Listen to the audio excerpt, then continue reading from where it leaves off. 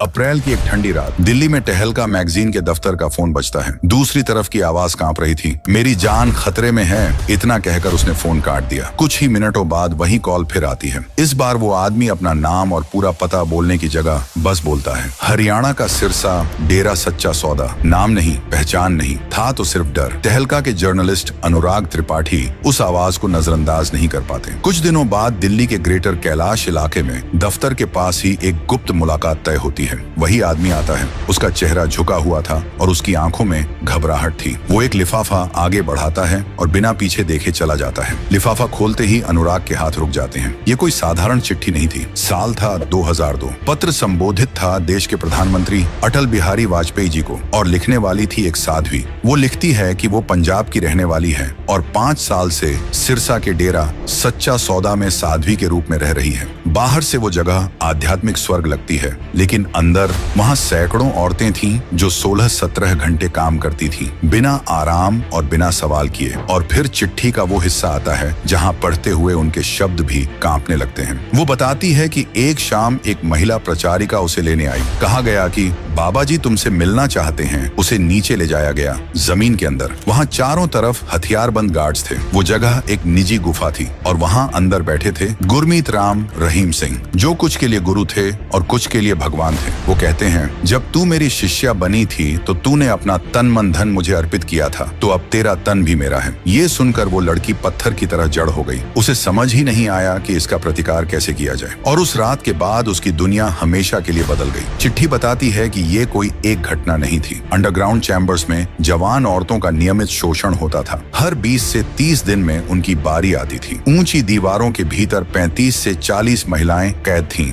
उन्हें ना बाहर जाने की आजादी थी और ना ही सच बोलने की। अगर कोई आवाज उठाती तो उसे चुप करा दिया जाता। उसके परिवार को धमकियां मिलती और कहा जाता, महाराज को कोई छू भी नहीं सकता। चिट्ठी में यह भी लिखा था कि बड़े बड़े नेता डेरा प्रमुख की मुट्ठी में थे। पंजाब और हरियाणा में उसकी इतनी पकड़ थी कि सजा मिलने के बाद भी वो अक्सर जेल के बाहर ही दिखता रहा। कभी पैरोल, कभी फरलो। धर्म, डर और अंधभक्ति, इन तीनों से उसने एक ऐसी सल्तनत खड़ी की थी जहां सवाल करना गुनाह था। यही वो आदमी था जिसने खुद को भगवान घोषित किया, अपनी फिल्में बनाई और करोड़ों लोगों को यकीन दिलाया कि वो अजेय है। हमने किताबें खंगाली, रिपोर्ट्स पढ़ी, ताकि इस अंधेरे साम्राज्य की परतें खोली जा सकें। और हम इस नतीजे पर पहुंचे कि ये सिर्फ एक धर्मगुरु की कहानी नहीं है, बल्कि ये उस खामोशी की कहानी है जो सालों तक दीवारों के पीछे दबाई गई। और जब सच ने दस्तक दी तो पूरी व्यवस्था हिल गई। तो चलिए रहस्य टॉक शो चैनल पर इस सच्ची कहानी को शुरू से शुरू करते हैं। साल था 1947। देश आजाद हुआ था, लेकिन समाज की परतों में जमी असमानता जस की तस रही। पंजाब और हरियाणा में उसी दौर में एक नया चलन तेजी से उभरने लगा था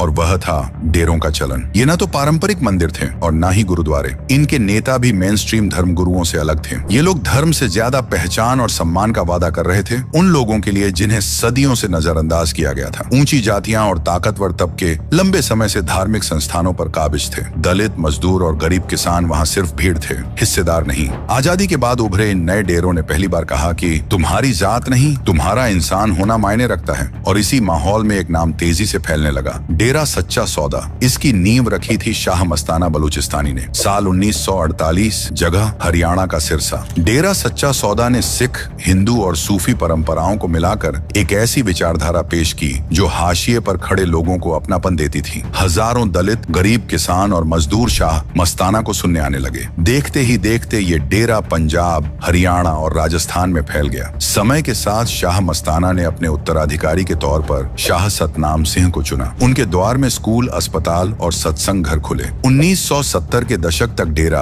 अब सिर्फ आध्यात्मिक जगह नहीं रहा, बल्कि वो जमीन, पैसा और राजनीतिक पकड़ वाला एक ताकतवर संस्थान बन चुका था। और यही वो दुनिया थी जिसमें जन्म हुआ गुरमीत राम रहीम सिंह का। राजस्थान के श्री गंगानगर जिले के एक छोटे से गांव में पैदा हुआ। ये लड़का किसी अभाव में नहीं पला था। वो एक अमीर जाट सिख परिवार से था। जमीन थी, पैसा था और डेरे से पहले से रिश्ता था। उसके पिता डेरा सच्चा सौदा से जुड़े हुए थे, दान देते थे, समय बिताते थे। लेकिन आगे बढ़ने से पहले प्लीज इस चैनल को सब्सक्राइब करके आगे की बेल जरूर दबा दीजिए और साथ ही प्लीज इस वीडियो को भी लाइक कर दीजिए। नतीजा ये हुआ कि सिर्फ 7 साल की उम्र में ही गुरमीत का डेरे से जुड़ाव हो गया। बचपन का बहुत सा हिस्सा वहीं सत्संग, प्रवचन, सेवा में बीता। उसकी शुरुआती पढ़ाई और निजी जीवन को लेकर कई बातें प्रचलित हैं। कुछ किताबें कहती हैं कि वो 9वीं कक्षा में स्कूल से निकाल दिया गया, लेकिन उसके अनुयायी इसे झूठ बताते हैं। लेकिन एक बात साफ थी कि गुरमीत की पूरी दुनिया अब डेरा बन चुकी थी। किशोरावस्था में उसकी नजदीकी एक दोस्त गुरजन सिंह राजस्थानी से बढ़ी, जो आगे चलकर खालिस्तान कमांडो फोर्स से जुड़ गया। ये जानकारी बाद में बहुत मायने रखने वाली थी। 1980 के दशक के आखिर तक शाह सतनाम सिंह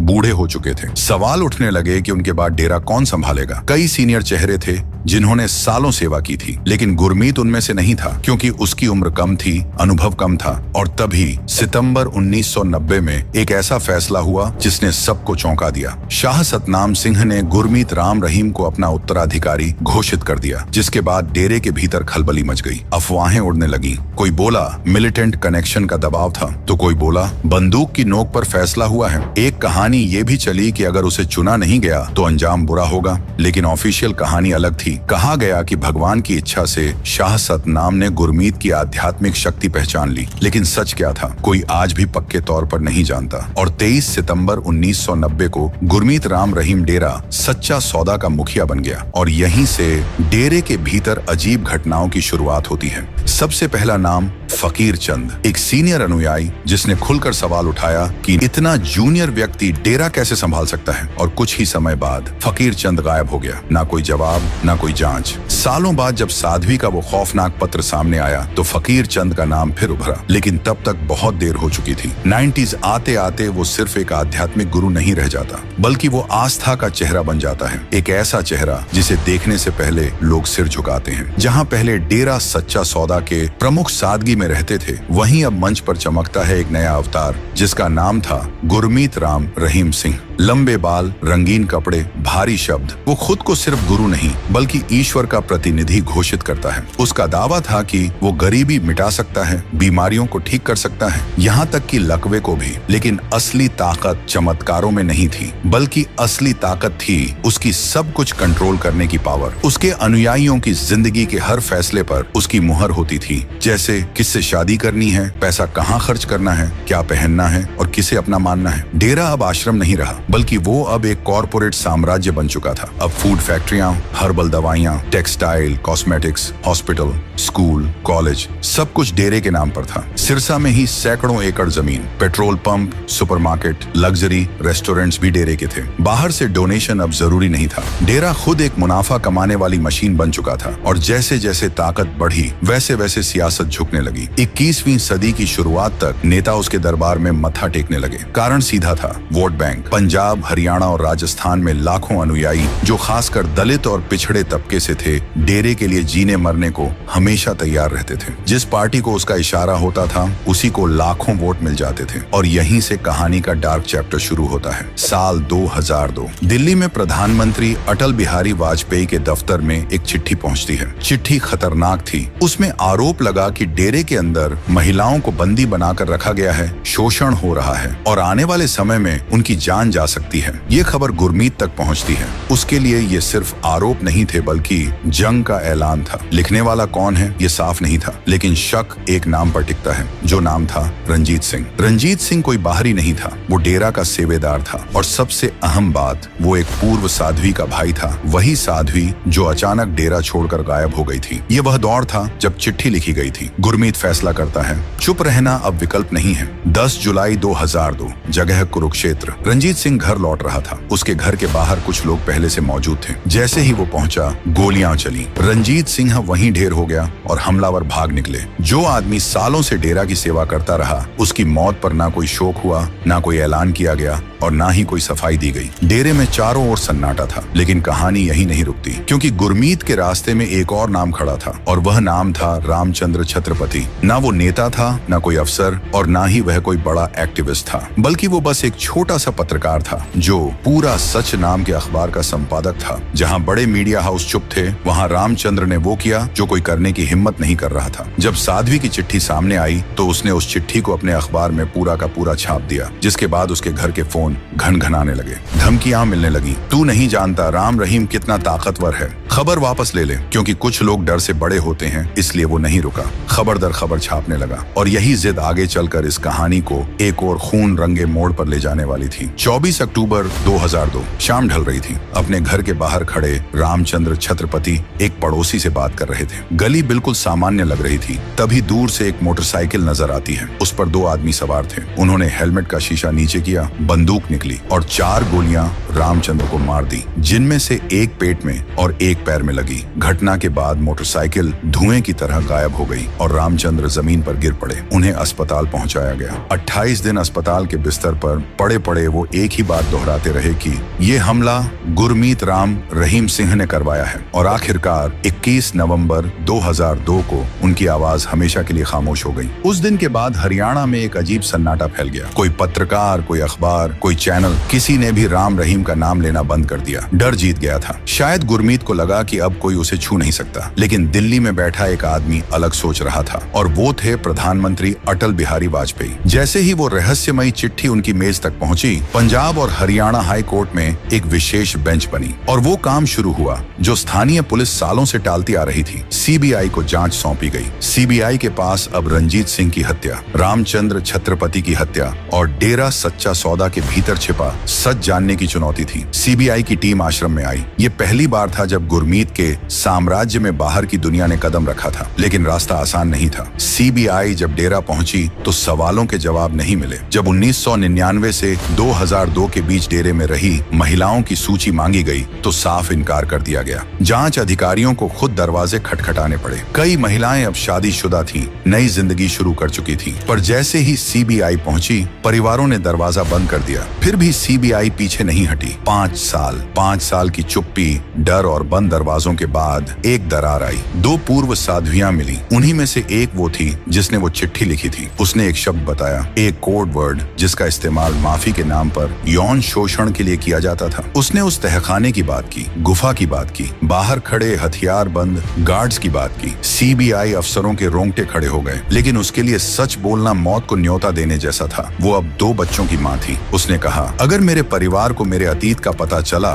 तो मेरी जिंदगी खत्म हो जाएगी, लेकिन बाबा ने जो किया उसकी सजा उसे मिलनी चाहिए। उधर सिरसा में माहौल और ज्यादा खौफनाक हो रहा था। डेरे की निजी सेना सड़कों पर गश्त कर रही थी। पत्रकारों को धमकियां मिल रही थी। साल 2007 में जब टहलका की टीम वहां पहुंची तो हर दुकान पर डेरे के पोस्टर चिपके थे, लेकिन कोई बाबा राम रहीम का नाम नहीं लेता था। एक चाय वाले ने धीरे से कहा, आप तो चले जाओगे, हमें यहीं रहना है। फिर भी एक आदमी खड़ा हुआ जिसका नाम था बलवंत सिंह। उसने साध्वी के पत्र की कॉपियां गांव में बांट दी, जिसकी सजा उसे तुरंत मिली। उसके साथ मारपीट की गई, उसकी दुकान तोड़ दी गई और उसे चेतावनी दी गई कि दोबारा बोला तो जिंदा नहीं बचेगा। इसी बीच सीबीआई की फाइलें खुलती गईं। पता चला कि कौन से पुलिस अफसरों को घूस दी गई थी, कितनी रकम किस तारीख को दी गई थी। हर अनुयायी की फैमिली, नौकरी, मूवमेंट सब दर्ज था। इनर सर्कल को मरने मारने के लिए तैयार किया गया था। जो भागने की कोशिश करता उसे याद दिलाया जाता कि तुम बाहर हो, लेकिन तुम्हारी माँ और बहन तो यहीं हैं। फिर भी जांच नहीं रुकी। जुलाई 2007 अंबाला की अदालत में चार्जशीट दाखिल हुई। आरोप साफ थे, 1999 से 2001 के बीच 2 साध्वियों का बलात्कार। चार्जशीट बस शुरुआत थी, क्योंकि कोर्ट रूम में पहली बार पूरे देश ने बाबा के चेहरे के पीछे छिपा असली चेहरा देखना शुरू किया। सितंबर 2008 कागजों में लिखा गया, स्टेट वर्सेस गुरमीत राम रहीम सिंह।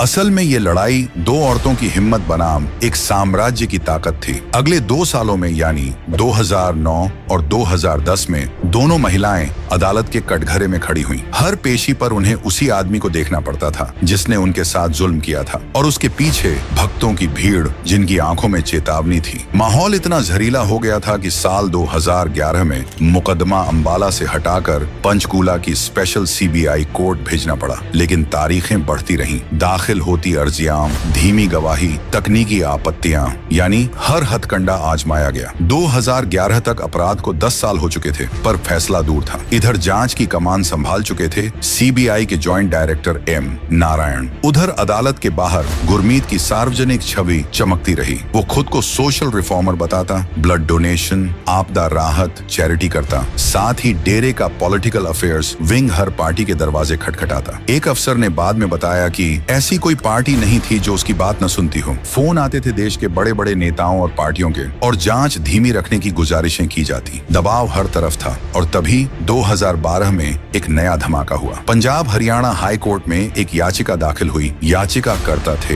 हंसराज चौहान, जो कभी कभी डेरा का भक्त था। आरोप सीधे दिल दहला देने वाले थे। उसे जबरदस्ती नमपुसक बनाया गया था, और वो अकेला नहीं था। उसके मुताबिक सीधे बाबा के आदेश पर 100 से 200 नहीं, बल्कि डेरे के सैकड़ों पुरुषों के साथ यही हुआ था। अदालत ने दावों की पड़ताल शुरू की। मेडिकल जांचें हुई और सच धीरे धीरे सामने आया। हंसराज ने बताया कि साल 2000 में उसने जीवन का अर्थ खोजने के लिए डेरा ज्वाइन किया था। वहां कहा गया कि उसे एक विशेष आध्यात्मिक लक्ष्य के लिए चुना गया है, जो थे इच्छाओं का त्याग और बाबा के सामने समर्पण। फिर उसे डेरे के अस्पताल में ले जाया गया, जहां 3 डॉक्टर थे। उसे बेहोश किया गया। जब उसे होश आया तो पता चला कि उसे नमपुसक कर दिया गया है। धमकी दी गई कि आवाज उठाई तो अंजाम बुरा होगा। सालों बाद हंसराज को एहसास हुआ वो अकेला नहीं। जब नाम जोड़े गए तो सूची 400 से ज्यादा तक पहुंच गई। जब सवाल उठा कि ऐसा क्यों किया गया तो 3 वजहें उभरी। पहली, एब्सोल्यूट लॉयल्टी, यानी परिवार नहीं तो डेरे से बाहर निकलने का रास्ता नहीं। दूसरी,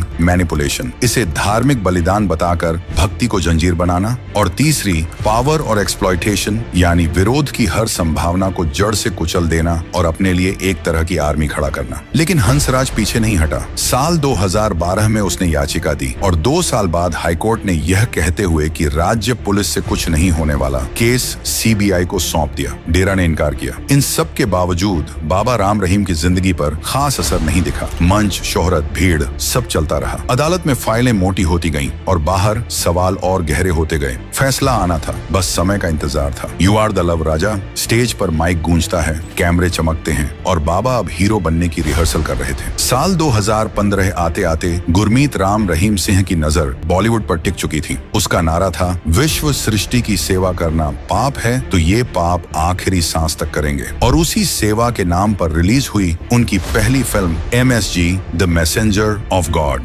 लेकिन फिल्म के बनते ही बवाल हो गया। Central board of film certification ने सवाल उठाया कि जिस आदमी पर गंभीर आरोप चल रहे हों उस पर फिल्म कैसे पास की जाए। लेकिन बाबा के दोस्त ताकतवर थे और एक सरकारी अपीलीय ट्रिब्यूनल ने आपत्तियां पलट दी और फिल्म रिलीज हो गई। नतीजा, नाराज होकर CBFC चेयरपर्सन लीला सैमसन ने जनवरी 2015 में इस्तीफा दे दिया और बाबा अचानक एक बॉलीवुड स्टार बन गए। अगले 2 सालों में फिल्मों का सिलसिला तेज हुआ। MSG Part 2, warrior lion heart, और यहाँ तक कि एक कॉमेडी फिल्म जट्टू इंजीनियर भी रिलीज की गई। बाबा सिर्फ एक्टिंग नहीं कर रहा था, बल्कि डायरेक्टर, सिंगर, एक्शन हीरो, सब कुछ एक साथ कर रहा था। 2017 तक मीडिया उसे आरोपी नहीं बल्कि सेलिब्रिटी की तरह कवर करने लगा। उधर अदालत में ट्रायल चल रहा था और इधर स्क्रीन पर तालियां। लेकिन सब नहीं झुके। एक नाम था खट्टा सिंह। सालों तक वह बाबा का ड्राइवर रहा। बहुत कुछ सुना, बहुत कुछ देखा। उन्होंने CBI को बयान दिया। फिर दबाव इतना बढ़ा कि उसे गवाही वापस लेनी पड़ी। ऐसा अक्सर होता है, पर कुछ लोग डटे रहे। छत्रपति के बेटे अंशुल हर तारीख पर मौजूद रहते थे। दोनों साध्वियां